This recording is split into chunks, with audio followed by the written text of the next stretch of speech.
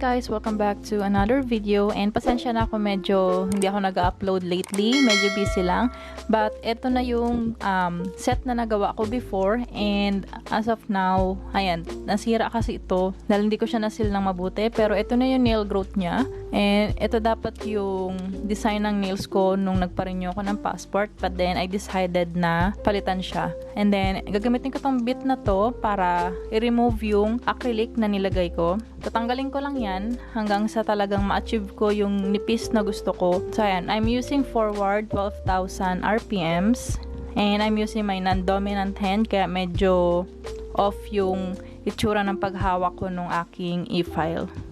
Pero napakagandang pang removal nitong bit na to guys. Iwan ko yung link nito sa description box. So lahat na makikita nyo dito sa video, lahat ng link nasa description box guys. Provided lahat ng link. So you don't have to ask me kung saan ko nabili or na-order kasi andyan lahat. Pati yung mga pang nail prep bits ko, andyan po lahat.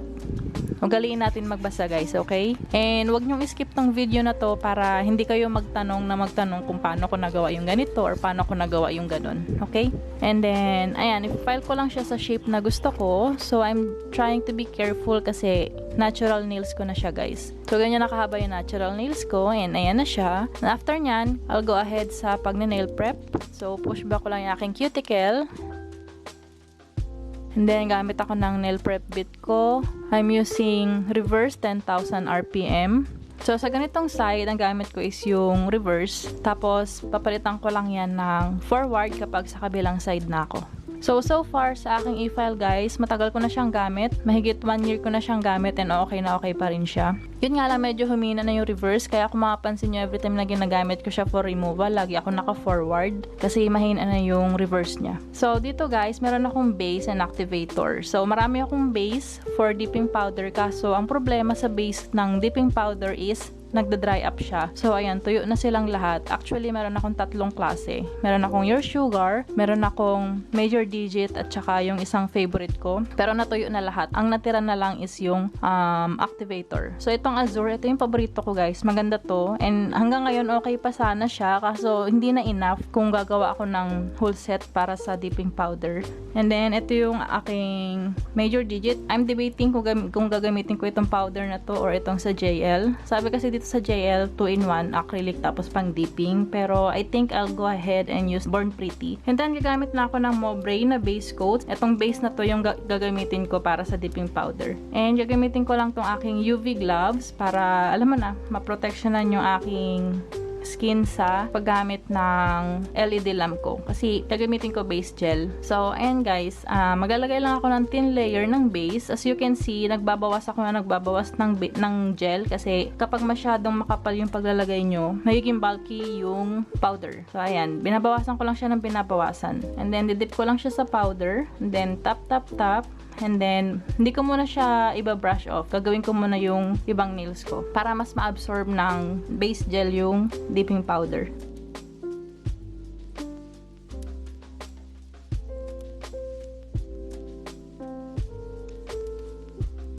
And then, kapag nalagyan ko na lahat, i-cure ko lang muna siya bago ko siya i-brush. And then, maglalagay naman ako ng base gel sa medyo malapit sa may bandang cuticle ko. And then, same thing, i-dip ko siya. And then, itatap ko yung excess powder. And then, same thing sa ibang nails. So, huwag nyo muna siyang i-brush hanggat di nyo na-cure sa lamp. Kailangan ma-cure muna siya sa lamp bago nyo i-brush.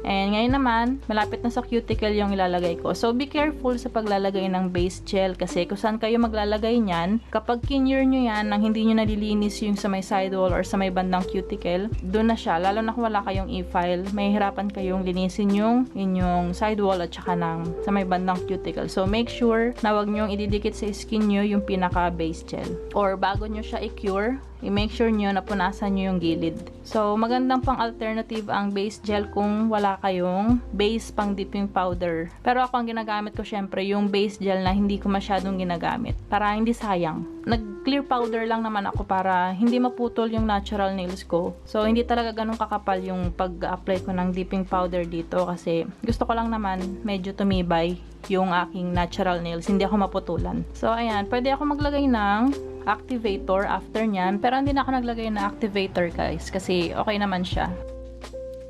Actually, nandyan pa yung shape ng nails ko. So, hindi ko na siya ipa-file. I-buff ko na lang para medyo mas mag-smooth out yung surface nung aking nails. Diba? Parang natural pa rin siya. Kasi manipis lang yung gawa ko. Para lang talaga mapatibay ko yung natural nails and hindi ako maputulan. After nyan, lininisin ko lang muna yung mga gilid. Since hindi naman siya ganun kadumi or wala naman dumikit na powder or base sa gilid. Pero gusto ko talaga nalilinis yung pinakagilid para pag naglagay ako ng gel polish ko is malinis yung finishing niya. After ko malinis yung side ng aking nails, maglalagay na ako ng base coat. So, I'm using Model 1 sa base coat. Gustong-gusto ko tong brush ng Model 1s. When it comes sa base tsaka sa top coat nila, maganda yung brush nung kanilang gel polish. Well, sa base lang naman tsaka sa top coat. So, I always apply base coat bago ako maglagay ng gel polish para smooth yung surface bago ako maglagay ng colored gel polish. And then, after nyan, cure ko lang yan for 30 seconds. So, ayan na siya, guys. And then, after nyan, pili lang ako ng gusto kong gel polish. So, I'm currently using 008.